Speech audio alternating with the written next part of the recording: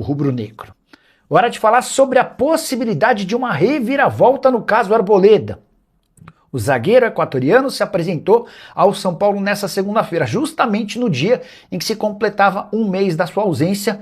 Ele havia desaparecido em 4 de abril, justamente no dia do jogo contra o Cruzeiro. Pois bem, São Paulo só aguardava que a ausência do Arboleda se prolongasse além de um mês para acionar a rescisão de contrato por justa causa. Mas, com o retorno do equatoriano, há um debate interno. Será que vale a pena ir à FIFA para pedir essa rescisão de contrato, correndo o risco de ver o Arboleda ganhar esse processo, causando um enorme prejuízo no São Paulo?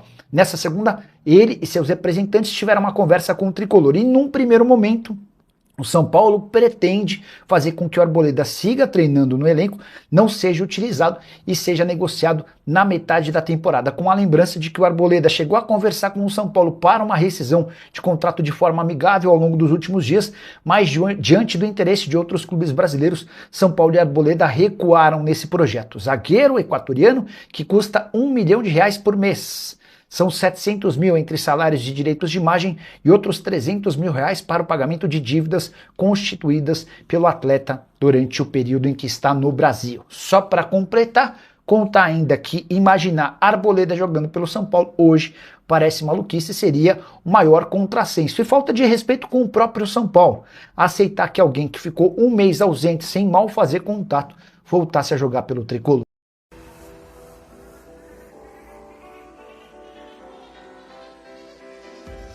Beleza? Destaque na base de Cotia, Lucas Miranda renovou seu contrato com o São Paulo. O jovem é filho do Miranda, ídolo da torcida São Paulina, né? Lucas também é zagueiro, assim como o seu pai, e joga bem, viu, rapaziada? O jogador tem muita qualidade e já foi até convocado aí para as seleções de base, a seleção brasileira, né? O Lucas Miranda assinou com o São Paulo até 2029 com multa rescisória na casa dos 60 milhões de euros. É o primeiro contrato profissional que Miranda assina, já que completou recentemente aí 16 anos, né? A validade máxima permitida nessa idade é um contrato de no máximo 3 anos, de acordo com regras da FIFA. Existe grande expectativa sobre Lucas Miranda, já há alguns anos, inclusive. O seu irmão, o irmão dele era irmão do Lucas Miranda, se não me engano é João Miranda, alguma coisa assim, também já chegou a jogar na base do Tricolor. Hoje está lá na Europa, atuando em ligas menores, tá? É um jogador também que tinha-se muita expectativa. Agora, com o Lucas Miranda, é um jogador que o São Paulo está lapidando e vê muito futuro no garoto, vê potencial no jogador. O contrato foi estendido e em breve veremos ele no sub-20 e quem sabe em breve no profissional também. Inclusive ele já fez alguns treinos no 70 Barra Funda com o elenco profissional, já é observado de perto aí pela comissão técnica do time principal, né? Boa sorte aí ao Lucas Miranda, que possa, assim como o seu pai, ter uma linda história no São Paulo. Agora, a gente sabe que categorias de base hoje em dia serve muito mais para você fazer o jogador e vender para fora, né? E o São Paulo, em grave crise financeira que vive, já perdeu vários talentos ali a preço de banana. Rapaziada, porque a comissão de ética determinou a abertura de um inquérito policial para investigar atos de Outton Aires, presidente do Conselho Deliberativo do clube. O pedido foi feito no dia 29 do mês passado, com a recomendação de afastamento de Outton Aires da presidência do Conselho. Outton, né, enfrenta acusações de gestão temerária no São Paulo. Um dos motivos é a questão da reforma estatutária no clube. A comissão entende que houve má fé e abuso de poder por parte de Outton Aires. Até por isso, o presidente do clube, Harry Maci Jr., protocolou um pedido de expulsão de Outton Aires, expulsão do clube, tá, do quadro associativo e os caramba. Em dezembro do ano passado, Júlio Casares havia apresentado uma proposta de reforma do estatuto do clube. A proposta era para separar o futebol do clube social do São Paulo, algo que a torcida São Paulina já vem pedindo há muito tempo, né, rapaziada? Com isso, seria viabilizado também a chegada de uma SAF no São Paulo. Essa proposta foi recusada no mês passado pelo Conselho, mas antes disso, Outton Aires criou uma comissão de reforma estatutária. Essa comissão trataria do mesmo tema. Mas pouco tempo depois, Outton destituiu essa comissão. Ele substituiu ela por uma outra comissão com a participação de Ives Gandra Martins. Inclusive, falam muito mal desse Ives Gandra Martins aí, viu, rapaziada? Eu não recebi boas recomendações sobre essa pessoa não, tá? Bom, há indícios de má-fé na utilização de um suposto parecer do Conselho Consultivo. Conselho Consultivo, para quem não sabe, é formado por vários dos ex-presidentes do clube. E aí você tem Carlos Miguel Aidar, você tem Leco, você tem o Pimenta, você tem o Júlio Casares e por aí vai, né? Em nome do órgão, eles expressavam opinião favorável às sugestões de Júlio Casares e Outen Aires, porém, foi descoberto que não houve uma reunião para tratar desse assunto, ou seja, a carta enviada por Outen Aires e Júlio Casares não refletia necessariamente a opinião de todos os signatários, rapaz, era isso mesmo. Foram apenas conversas isoladas com alguns conselheiros. A casa de Outen Aires está caindo a cada dia que passa, e em breve teremos ali o desdobramento se for aberto de fato o inquérito policial, né, rapaziada? Outen Aires poderá responder criminalmente por seus atos. A casa tá caindo e não à toa a gente tá vendo o Outen Aires dando entrevista pra tudo quanto é lado. Estranho, né? Do nada o Outen Aires agora dando entrevista pra Rádio Bandeirantes, pro canal do Alexandre Vieira, pro papo de não sei do que, pra não sei o que lá, dando entrevista a rodo. Aí, todo mundo tem o direito de se expressar, todo mundo tem o direito de falar, de se proteger, né? Enfim, mas eu acho que tem certas pessoas que não merecem espaço, tá? Eu acho que tem certas pessoas que não merecem espaço, mas aí cada canal tem a sua linha, enfim, né? Não sou eu aqui que vou ficar cagando regra aqui, tá? A informação que chega é que o Lucas só volta a jogar em 2027. Agora, se tratando de Lucas Moura, né, que já atropelou prazos de recuperação, talvez possa voltar esse ano, mas é muito difícil, né? Dizem inclusive que a lesão no tendão o tendão de Aquiles seria o músculo mais forte do corpo humano. Eu não sei, eu não entendo de anatomia, não sei se de fato é, mas outros atletas, né, por exemplo, jogadores de basquete, tiveram esse tipo de lesão e demoraram muito para retornar. Então estipula-se que o Lucas deve voltar apenas no ano que vem. Vale lembrar que o Lucas tem contrato com o São Paulo até o final deste ano apenas, mas como se lesionou, o São Paulo será obrigado a renovar este contrato. Resta saber por quanto tempo o clube vai renovar com ele, né? Porque o clube, por lei, é obrigado a entregar o atleta 100% recuperado, segundo a lei geral do esporte, né? Então o São Paulo vai ter que estender esse vínculo até o jogador ali, ele tem que manter o jogador empregado até a recuperação. E aí depois disso, vai ver se vai renovar por mais tempo ou não, tá? Mas a renovação de fato mesmo, aí vai ficar em xeque. O São Paulo vai ser obrigado a manter o contrato, vai acabar o contrato do Lucas, se ele continuar se recuperando de lesão, esse contrato vai ser estendido. E aí, depois que ele tiver 100%, vão discutir um novo contrato, né? O que era esperado para depois da Copa do Mundo, vai ter que esperar um pouquinho mais ainda. O Lucas está muito abatido com a lesão, e não é por menos, né? Ainda mais do jeito que foi. O atacante, então, abrirá um longo período de recuperação aí que pode chegar a 9 meses. Mais uma triste notícia aí para o clube e principalmente para o jogador, né, que voltou e já se lesionou. Boa recuperação ao atleta, uma notícia muito triste de verdade, que possa se recuperar bem, né? Bom, o São Paulo está no mercado da bola em busca de um novo zagueiro. Alguns nomes já foram especulados no tricolor e outros até mesmo oferecidos ao clube, né? E surgiu mais um nome que estaria na mira da diretoria. O São Paulo monitora a situação de Léo Duarte, revelado pelo Flamengo, que teve passagem inclusive pelo Milan, tá? Não é pouca coisa não. O zagueiro de 29 anos está em fim de contrato, tá?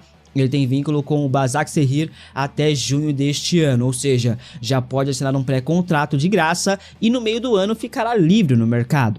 Não há uma negociação em andamento com o atleta neste momento, tá? Mas Léo Duarte surge como uma oportunidade de mercado, tá? O jogador está na mira, mas a prioridade da diretoria São Paulina hoje é um zagueiro canhoto. O Léo Duarte é destro. Não sei se o São Paulo vai avançar por ele não, tá? A diretoria avalia a situação do atleta de olho na possibilidade de reforçar o elenco. O São Paulo, contudo, quer um novo zagueiro canhoto e quer um novo zagueiro, rapaziada, por conta da saída do Arboleda. Só que o Arboleda é destro, né? Então, por que você quer um zagueiro canhoto sendo que tá saindo um zagueiro destro? Não faz muito sentido, essa é a sua opinião. Nos últimos dias, o nome de Bruno Lage foi especulado no São Paulo, tá? O tricolor teria feito contatos iniciais com representantes do treinador.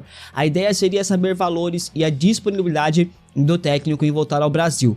Esse suposto contato surge em meio à pressão pela demissão de Roger Machado, que agora deu uma leve diminuída. Ontem, inclusive, nem foi culpa dele que o São Paulo entregou o jogo, né? Mas, enfim, a gente sabe que é um treinador muito limitado, o Roger, né, rapaziada? Ele só faz alterações 6 por meia dúzia, não muda nada. Bom, Bruno Lage é bem avaliado por muitos, muito pelo seu bom trabalho no Botafogo. Contudo, em apuração, no São Paulo, todos negam um contato. A informação é que Bruno Lage nunca foi citado no São Paulo. O nome para caso o Roger Machado caia ainda é o de Dorival Júnior. Esse sim seria o plano A da diretoria tricolor caso a mesma opte por trocar de treinador, o que não é o caso neste momento. A diretoria está 100% fechada com o Roger. Maciço por 2 vezes reforçou o apoio ao treinador, mas nos bastidores a pressão pela demissão não diminuiu tanto assim, tá? O nome de consenso interno continua sendo de Dorival Júnior. Bruno Lage, Pedro Martins e qualquer outro nome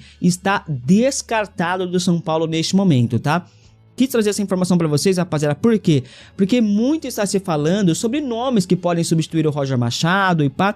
E especulações surgem aos montes, e surgiu essa especulação do Bruno Lage. Só que em apuração a gente pode garantir para vocês que o nome do Bruno Lage nunca foi cogitado no São Paulo, tá? Hoje eu acredito que o Roger Machado está tendo ali alguns dias de mais paz, embora nas redes sociais a torcida São Paulina ainda segue pedindo a sua saída. Só que assim, parece que tá mais tranquilo o ambiente para o Roger Machado trabalhar. Então não acho que o São Paulo vai demitir o Roger Machado tão cedo, muito menos antes da Copa do Mundo, né?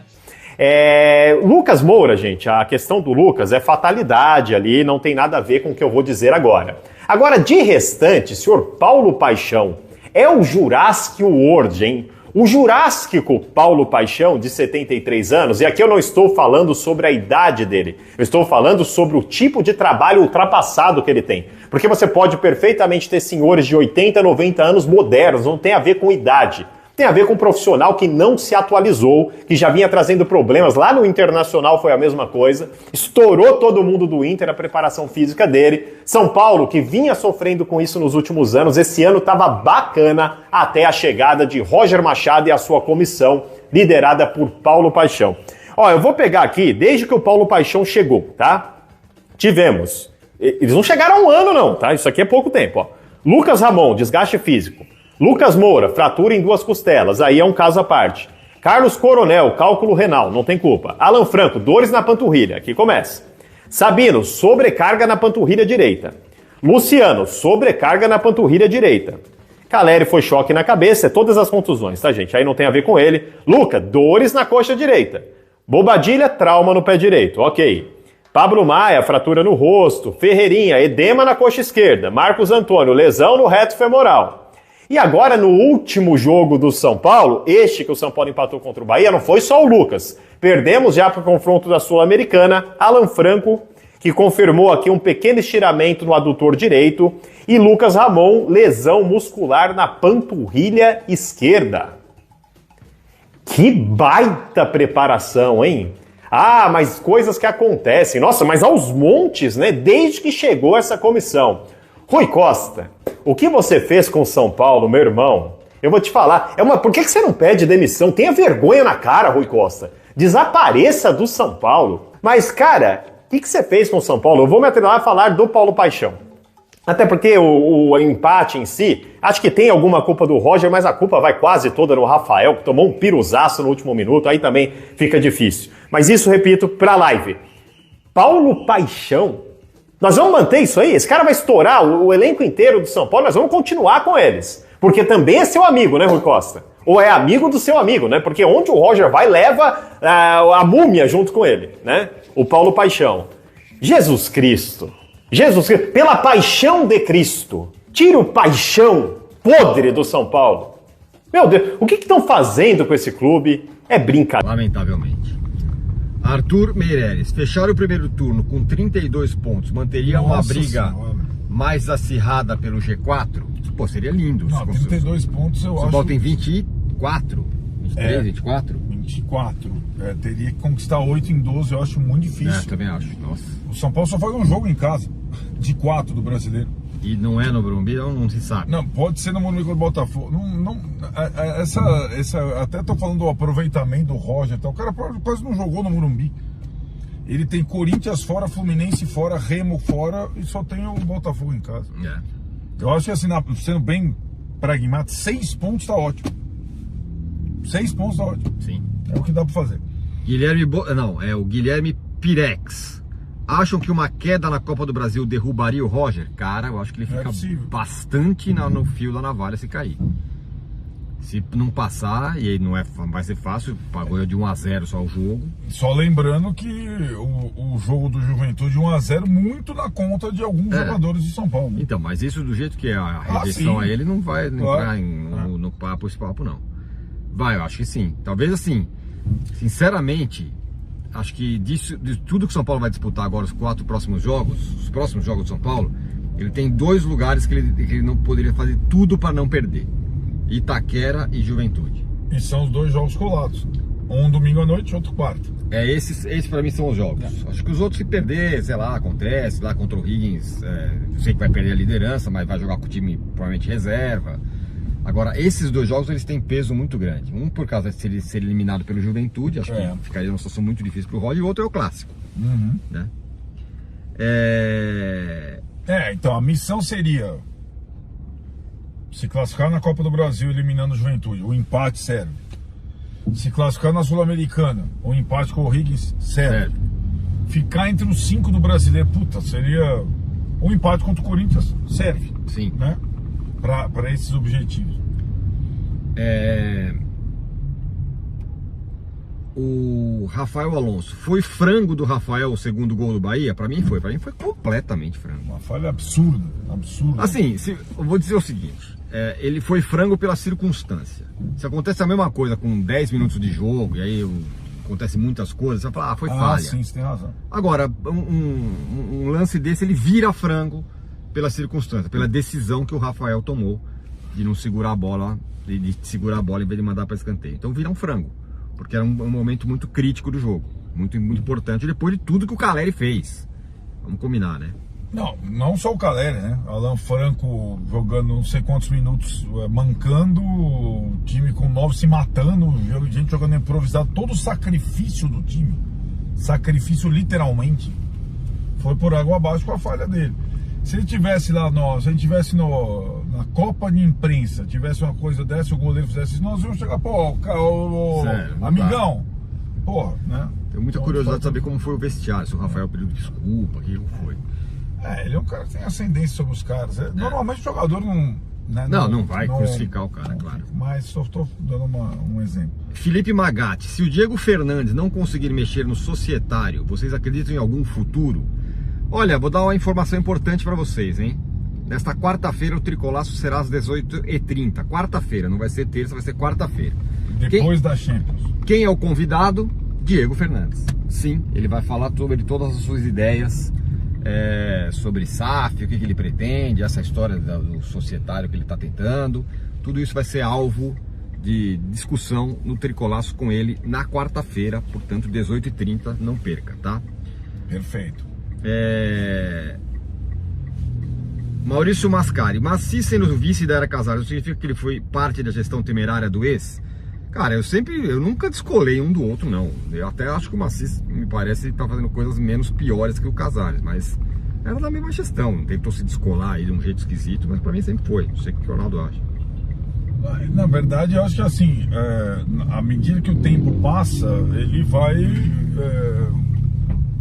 não se descolando totalmente, né? Sim. No primeiro momento parecia, mudou tudo. É a mesma coisa do Stabile no Corinthians. Isso. Né? Não que ele fizesse parte efetivamente da gestão, os vices normalmente eles ficam mais com figuras decorativas mesmo, mas ele é parte do grupo, assim como o Outen, que agora tenta, no Conselho Deliberativo, se desvencilhar da aliança com o Casares. Ele foi muito presente, inclusive na questão da reeleição dos dois, né? Porque eles conseguem essa virada de emenda para a reeleição nos dois colégios, no executivo e no legislativo. Então, o presidente do conselho também, e agora o Outen também tenta se descolar. Agora eles estão tentando se reposicionar, né? Para a batalha política que vem por aí. Gregory Manzanares. O Paulo Paixão realmente é desatualizado, como parte da torcida diz? Muita torcida do Internacional reclama muito dele, né? Da atuação dele lá, ou da ação, do trabalho dele no Internacional no momento final, que aí o Roger foi mal, o time ficou mal e tal. Eu não sei, sinceramente. O que você acha, não?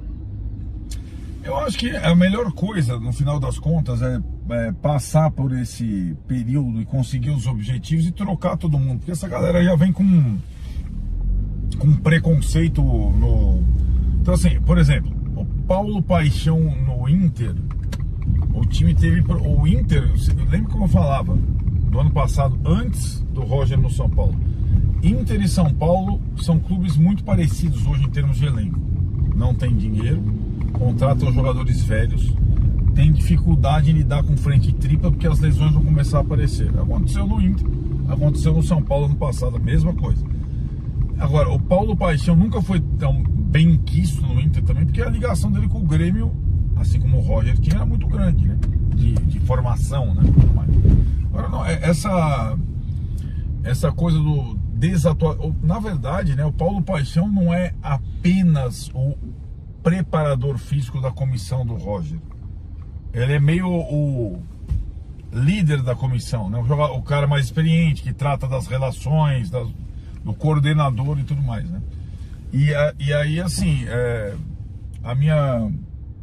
meu questionamento agora com as lesões musculares se sucedendo, né, confirmadas as lesões de Lucas Ramon e Alan Franco, além do Tolói, além do Marcos Antônio, se isso aconteceria ou não com a antiga comissão técnica.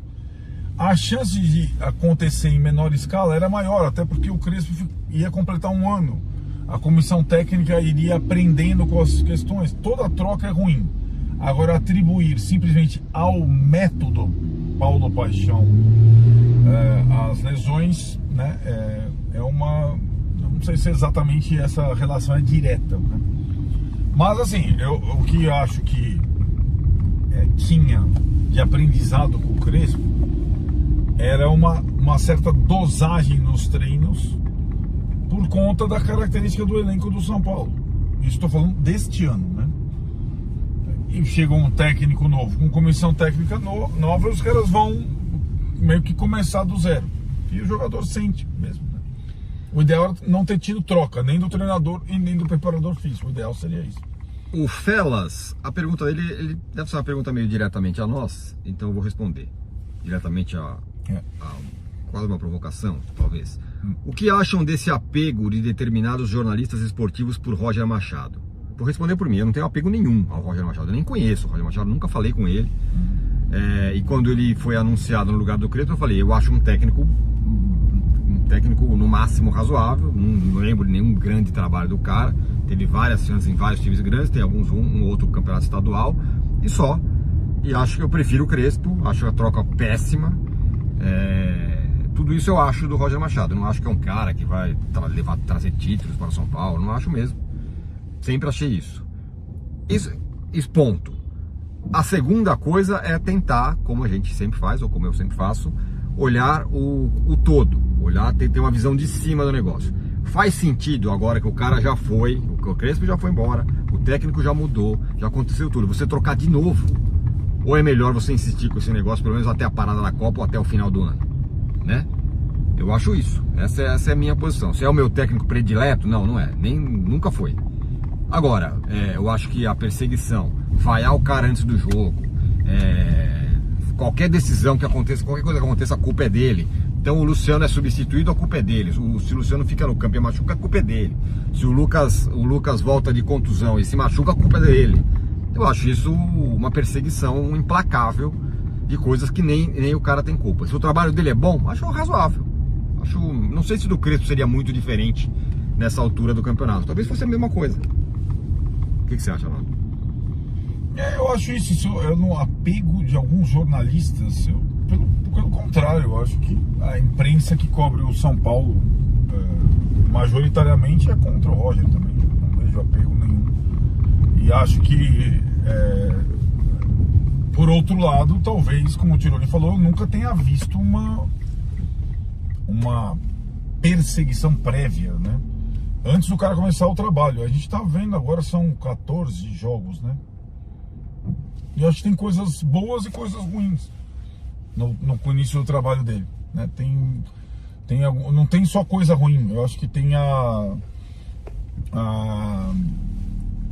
questão do Arthur, que foi um acerto, a indicação, o time como joga e tal.